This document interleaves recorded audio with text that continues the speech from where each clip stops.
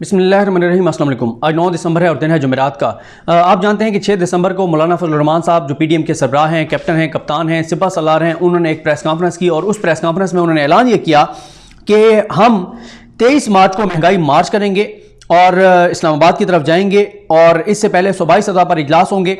शहबाज शरीफ पंजाब के इजलास की सरबराही करेंगे। अवैस नूरानी जो कि काउंसलर भी नहीं बन सकते वो सिंध की सरबराही करेंगे। महमूद खान नचकज़ई बलूचिस्तान के और मौलाना फजल रहमान साहब के पी के ये अपनी तैयारियों का जायजा लेंगे, तैयारियों का आगाज़ करेंगे और उसके अलावा एक सेमिनार करेंगे जिसमें सुप्रीम कोर्ट बार होगी, पाकिस्तान बार होगी, वकील होंगे, सिविल सोसाइटी होगी। इस्तीफ़ों का फैसला अपने वक्त पर करेंगे और बल्दियाती इंतखाबात में भरपूर हिस्सा लेंगे। जब तक सवाल हुआ मौलाना फजल रहमान साहब से कि मौलाना साहब सुने कोई तलखी भी हुई है इजलास में, तो इस पर मौलाना नाराज हो गए कि मैं मीडिया से एहतजाज करता हूं और प्रेस कॉन्फ्रेंस छोड़कर चले गए। अच्छा, मैं बहुत सारी चीजें आप जब अभी सुनेंगे ना, आप जो रेगुलर देखने वाले हैं वो ये बात मानेंगे कि ये चीजें ऑलरेडी हम अपनी वीडियोस में कर चुके हैं, बहुत से लोग कर चुके हैं। लेकिन हम जब बात करते हैं तो हमें कहा जाता है कि ये तो प्रो एस्टेब्लिशमेंट हैं, ये तो प्रो पीटीआई हैं, ये तो झूठ बोल रहे हैं, ये तो बिके हुए हैं, ये तो पैसे लेके काम कर रहे हैं, इनको जी ISPR भी पे करता है, इनको हुकूमत भी पैसे दे रही है, इनको सारे पैसे दे रहे हैं, तो इसलिए ये झूठी वीडियोस करते हैं। लेकिन मैं हवाला दूंगा घर के भेदी ने जो लंका ढाई है, जो सबसे इस वक्त अगर एक लिस्ट बनाए ना तो इस वक्त जो पीडीएम के सबसे बड़े 4-5 हामी जो हैं उनमें से टॉप ऑफ द लिस्ट जो 2 नाम है उनमें से एक नजम सेठी साहब हैं। नजम सेठी साहब जिनका बहुत अच्छा ताल्लुक है नवाज शरीफ के साथ, अभी लंदन मिल के भी आए, पता नहीं अभी लंदन से वापस आ गए या अभी लंदन में ही है, लेकिन लंदन में कुछ दिन पहले उनकी मुलाकात हुई नवाज शरीफ के साथ। और ये भी मैं कोई मफरूजा नहीं बयान कर रहा, उन्होंने खुद अपने प्रोग्राम में बताया। नजम सेठी क्या कह रहे हैं पीडीएम के बारे में, आयशा नाज साहब का सवाल क्या था, किस तरह से नजम सेठी की आंखों से उतर गए हैं नवाज शरीफ उतरे नहीं है, मौलाना फजल रहमान उतर गए हैं। नवाज शरीफ के बारे में जो सच वो बोल रहे हैं ये वो सच है जिसकी तरदीद मरियम नवाज साहबा नहीं कर रही। इससे पहले यही बातें सलीम साफी साहब भी कर चुके हैं, लेकिन मरियम साहबा खामोश है, नून लीग खामोश है। और वो बात क्या है वो सारे आपको सुनाता हूं, जो अंदर की कहानी वो बयान कर रहे हैं, क्योंकि उनकी चिड़िया जो है ना वो, वैसे तो मैं आपको बता चुका हूं कि इस वक्त उनकी चिड़िया आवारा हो चुकी है, उसको कोई भी बहला फुसला के ले जाता है, जो चीज उसको फीड करते हैं वो आगे नजम सेठी साहब को बता देती है, क्योंकि वो बहुत झूठी खबरें दे चुके हैं ना बेतहाशा। इस वक्त तक तकरीबन 2 दर्जन में आपको उनकी झूठी खबरें बता सकता हूं, 17 एक वीडियो में बता चुका हूं, उसके बाद भी 7-8 हो चुकी हैं, 24 हो चुकी हैं। लेकिन ये जो चिड़िया है ये जिनके दरमियान पली बड़ी है, जिनके दरमियान ये रही है, जिनके साथ बड़ी कंफर्टेबल रहती है, वो तो है शरीफ फैमिली, नून लीग, पीडीएम, अपोजिशन। ये वहां से गलत खबर नहीं ला सकती, बाकी कहीं और से गलत खबर ला सकती है, लेकिन वहां से गलत खबर नहीं ला सकती, क्योंकि वो तो इसकी आप समझेंगे इसका रहना वहीं पे है, इसकी रिहाइश इस चिड़िया की वहीं पे है, तो ये रहती उनके दरमियान है। नजम सेठी साहब खुद अपोजिशन के दरमियान रहते हैं, नून लीग के दरमियान रहते हैं। नून लीग ने इनको चेयरमैन पीसीबी बनाया, निगरान वज़ीर आला बनवाया और नवाज शरीफ के साथ बड़ी इनकी मोहब्बत है और इस हद तक ये चले गए हैं कि आप ये इंतशार की बात कर रहे हैं, पाकिस्तान में आग लगाने की बात कर रहे हैं, कत्ल गारतगरी की बात कर रहे हैं, हमलों की बात कर रहे हैं। इस हद तक ये इमरान खान के दुश्मन हैं और पाकिस्तान में इंतशार चाहते हैं। अब इनसे पहले सवाल क्या हुआ, इनसे सवाल हुआ कि इलेक्शन कमीशन तने तनहा लड़ रहा है और अपोजिशन भी उनका साथ छोड़ रही है, उनके साथ नहीं खड़ी हो रही। सवाल क्या था, जवाब क्या था, सारे इसमें इंकशाफात हैं, आपको अंदाजा होगा कि असल में पीडीएम के अंदर चल क्या रहा है। अच्छा, मैं इन लोगों से एक और भी सवाल करता हूं, ये नजम सेठी हो गए, तलत हुसैन साहब हो गए, आसम शराजी साहब हो गई, इन सारों से मैं कहता हूं कि आप जब नून लीग की हमायत करते हैं और पीपल्स पार्टी की, आपसे पूछते हैं हम कि यार आप क्यों आप इनकी मोहब्बत में गिरफ्तार हैं, आप कहते हैं नहीं हम तो इनके बड़े खिलाफ हैं, हमें इनसे कोई मोहब्बत नहीं है, हम तो जमहूरियत के साथ हैं। और क्योंकि ये जमहूरियत चाहती हैं, क्योंकि ये सिविल सुप्रीमेसी चाहती हैं, क्योंकि ये जमातें फौज का किरदार खत्म करना चाहती हैं पाकिस्तान की सियासी मामलात से, पाकिस्तान के सिविल मामलात से, इसलिए हम इनके साथ हैं, क्योंकि ये एंटी एस्टेब्लिशमेंट हैं और एंटी एस्टेब्लिशमेंट हम भी हैं, क्योंकि हम जमहूरी लोग हैं। अब जरा सुने, फिर आपको पता चलेगा कि ये खुद जो बता रहे हैं उसके मुताबिक कितनी एंटी एस्टेब्लिशमेंट है नून लीग और पीडीएम। और ये मैं इसलिए कहता हूं कि इन लोगों को खुल के कहना चाहिए कि ये सिविल सुप्रीमेसी नहीं चाहते, ये नवाज शरीफ की सुप्रीमेसी चाहते हैं, ये जमहूरी बालादस्ती नहीं चाहते, ये नवाज शरीफ की बालादस्ती चाहते हैं, ये पाकिस्तान में जमहूरियत नहीं देखना चाहते, ये पाकिस्तान में शरीफ खानदान की आल औलाद में से किसी को वज़ीर आज़म देखना चाहते हैं, क्योंकि इनके मफादात इस खानदान के साथ जुड़े हुए हैं जिससे साल साल का इनका तल्लुक है, इनके याराने हैं, इनकी दोस्तियां हैं, और जो इनको जो है वो हर तरह से इनके रिश्तेदारों को नौकरियों पर रखवाना है। सिर्फ इन 4 लोगों के नाम नहीं, इल्जाम नहीं लगा रहा, ओवरऑल इन सारे तबके की बात कर रहा हूं, फिर हेलीकॉप्टर पे फिरना, जहाजों पे बाहर जाना, हज और उम्रे करना, और फिर हर तरह से उनके साथ जो है वो इनके तल्लुकात। और इमरान खान तो चाय भी नहीं पिलाता, तो खैर इमरान खान से कहां इनकी बनेगी। आप सुने जी सवाल क्या था और नजम सेठी साहब का जवाब क्या है उस पर। कमीशन तन्हाई जो थोड़ा बहुत कन्फ्रंट करना है वो कर रहा है। दूसरी तरफ जो ऑपोजिशन ने ऐलान किया था कि वो जितनी लेजिस्लेशन हुई उसको चैलेंज करेगी अदालतों में। इलेक्शन ये इससे रिलेटेड कानून साजी चैलेंज एक तरफ, जो चेयरमैन नैब को तोसी देने के हवाले से ऑर्डिनेंस था उसको भी चैलेंज करने की बात हुई। सेठी साहब, ऑपोजिशन आपको कहीं पे भी कोई हाथ पैर मारती दिखाई दे रही है कि वो इलेक्शन कमीशन के साथ खड़ी होगी इस मौकफ में? देखिए, ऑपोजिशन इसका उनका बुरा हाल है, लेट्स बी एडमिटेड। वो इत्तेफाक ही नहीं है उनके अंदर। मानना पड़ेगा, वो कह रहे हैं तस्लीम करना पड़ेगा कि उनके साथ बुरा हाल है, उनके अंदर इत्तेफाक ही नहीं है। ये नजम सेठी साहब कह रहे हैं, जो घर के भेदी हैं, जो इस वक्त अपोजिशन के नजदीक अगर कोई सबसे सच्चा कोई साफी है वो नजम सेठी है, वो हामिद मीर है, वो यही लोग हैं। नून लीग के अंदर इत्तेफाक नहीं है और पीडीएम के अंदर मौलाना और नून लीग के साथ इत्तेफाक नहीं। नून लीग के अंदर भी इख्तलाफ नहीं है, के अंदर भी इख्तलाफात हैं, मौलाना और नून लीग के दरमियान भी इख्तलाफात हैं। फिर मैं नहीं कह रहा, नजम सेठी साहब कह रहे हैं पीपल्स पार्टी पहले से निकली है, लोग मायूस हैं। और अब ये जब इन्होंने ऐलान किया कि जी हम मार्च में जाके लॉन्ग मार्च करेंगे, तो मतलब ये इनको कुछ फैसले करने पड़ेंगे, नहीं तो ये हुकूमत जो है ये डंडे के जोर के ऊपर ये सब कुछ करवा लेगी और इसको कोई आवाम का कोई फिक्र नहीं है। तो इसलिए अपोजिशन को अब सोचना पड़ेगा कि आर या पार वाली बात जो उनके अंदर ये डिस्कशन होती है कि आर या पार, और अभी मगर उसके ऊपर फैसला नहीं हो पा रहा है। और जो फैसले कर रहे हैं इसके साथ डिले ही हो रही है, इसके साथ कोई सॉलिड कोई चीज नजर नहीं आ रही। और आवाम बाहर बैठी है, वो देख रही है, वो हुकूमत को तो गालियां दे रही है, और ये ऑपोजिशन को भी अब गालियां पड़नी शुरू हो जाएगी कि भाई आप क्या कर रहे हैं। और इन्होंने इनकी कारकर्दगी जहां तक इलेक्शन कमीशन है वहां भी कोई खास अच्छी नहीं है। नैब के बारे में भी बड़े सुस्त पड़े हुए, अदालतों के ऊपर भी चैलेंज नहीं कर रहे हैं। मुझे समझ नहीं आ रही कि ऑपोजिशन जो है वो इस वक्त कोई खास ऑपोजिशन का रोल नहीं अदा कर रही। अपोजिशन इस वक्त अपोजिशन का रोल अदा नहीं कर रही। ये तो मैं ऑडियो सुना रहा हूँ ना, जब आप वीडियो देखेंगे ना तो नजम सेठी साहब के चेहरे के ऊपर परेशानी, अजियत, टेंशन, दुख, दर्द, मायूसी, बहुत बेचारे परेशान हैं कि अपोजिशन से कुछ हो ही नहीं रहा। अब क्या बात है ये तो बात बाद में पता चलेगी। कुछ लोग कहते हैं कि इसलिए नहीं कर रही क्योंकि एस्टैब्लिशमेंट के साथ नेगोशिएशंस हो रही हैं। और बहुत इंपॉर्टेंट, नेगोशिएशंस हो रही हैं किसके साथ? एस्टैब्लिशमेंट के साथ, फौज के साथ बातचीत हो रही है, मुज़ाकरात हो रहे हैं, बातचीत हो रही है।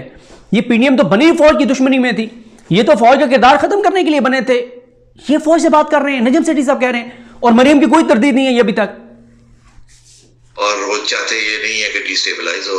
कुछ लोग कहते हैं एस्टैब्लिशमेंट इनके साथ गेम खेल रही है, और आज नहीं कल नहीं परसों इनको पता चल जाएगा। जब पता चलेगा उस वक्त पानी सर से गुजर गया होगा। तो मैं ये समझता हूँ कि ये दिसंबर का महीना बड़ा अहम है, इसके अंदर नवाज शरीफ साहब को कुछ फैसले करने पड़ेंगे और उसके बाद फिर पीडीएम को फैसले करने पड़ेंगे कि ये चलती है या नहीं चलती। अभी तक ये हो ही रहा है कि मौलाना फैसला करके बैठे हुए हैं, मगर नवाज शरीफ साहब जो है उन्होंने कोई फैसले नुमाया तौर पे नहीं किए। वो सोचों में पड़े हुए करना क्या नहीं करना। नवाज शरीफ सोचों में पड़े हुए हैं कि करना क्या है क्या नहीं करना। नवाज शरीफ तो इनकलाबी थे, वो तो कश्तियां जला चुके थे, वो तो 74 साल जुल्म जबर और इसकी तारीख को बदलने के लिए निकल पड़े थे। आप लोग तो तभी नवाज शरीफ के साथ थे। उस वक्त बिलावल ने भी जेल में जाकर कहा था कि नवाज शरीफ आप नज़रियाती हो गए हैं, बदल गए। अब आप कह रहे हैं कि वो सोच में पड़े हुए हैं। सोच किस बात की? वो तो वोट को इज्जत दो का बयानियत दे चुके हैं, वो तो हलफ उठा चुके हैं, अल्लाह और अल्लाह के रसूल की कस्में खाते थे कि अब मैं पीछे नहीं हटूंगा। आप कह रहे हैं वो सोच में पड़े हुए हैं। असल इंकशाफ आगे जाके नजम सेठी साहब कर रहे हैं।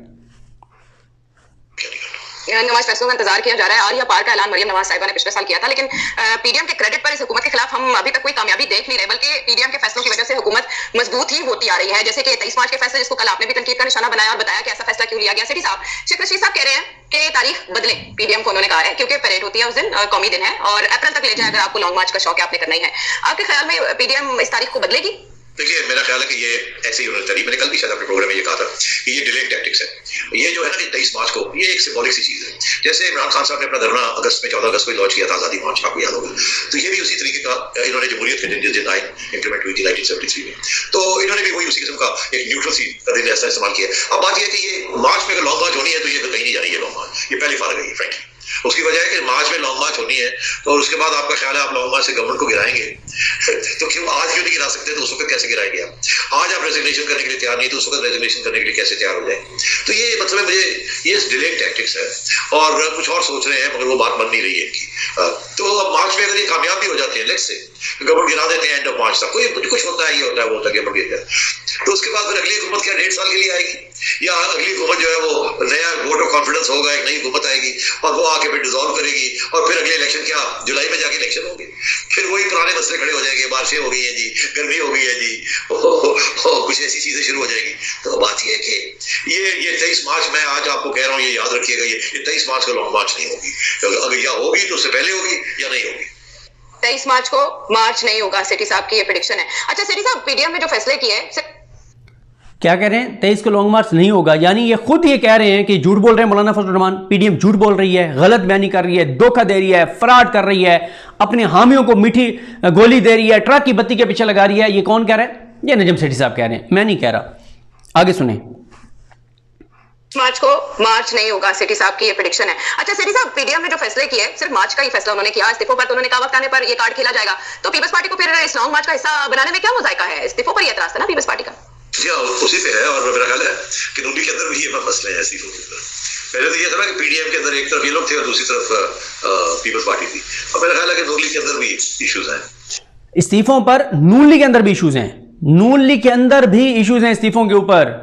ये बात बहुत पहले आपके साथ बहुत से लोगों ने शेयर की थी, हमने भी शेयर की थी कि नून लीग के एमएनएस एमपीएस जितने भी हैं उन सब ने इस्तीफे जमा नहीं कराए। क़यादत के बाद जो ऐलान किया गया था कि सब क़यादत के बाद इस्तीफे जमा कराएंगे और क़यादत किसी भी वक्त जमा करा देगी, नून लीग के लोगों ने नहीं दिए थे सब ने इस्तीफे। आज नजम सेठी साहब मान रहे हैं कि इख्तिलाफात नून लीग के अंदर इस्तीफे देने पर, यानी नवाज शरीफ की अपनी जमात नवाज शरीफ के बयानी के साथ नहीं खड़ी, मरियम के बयानी के साथ नहीं खड़ी।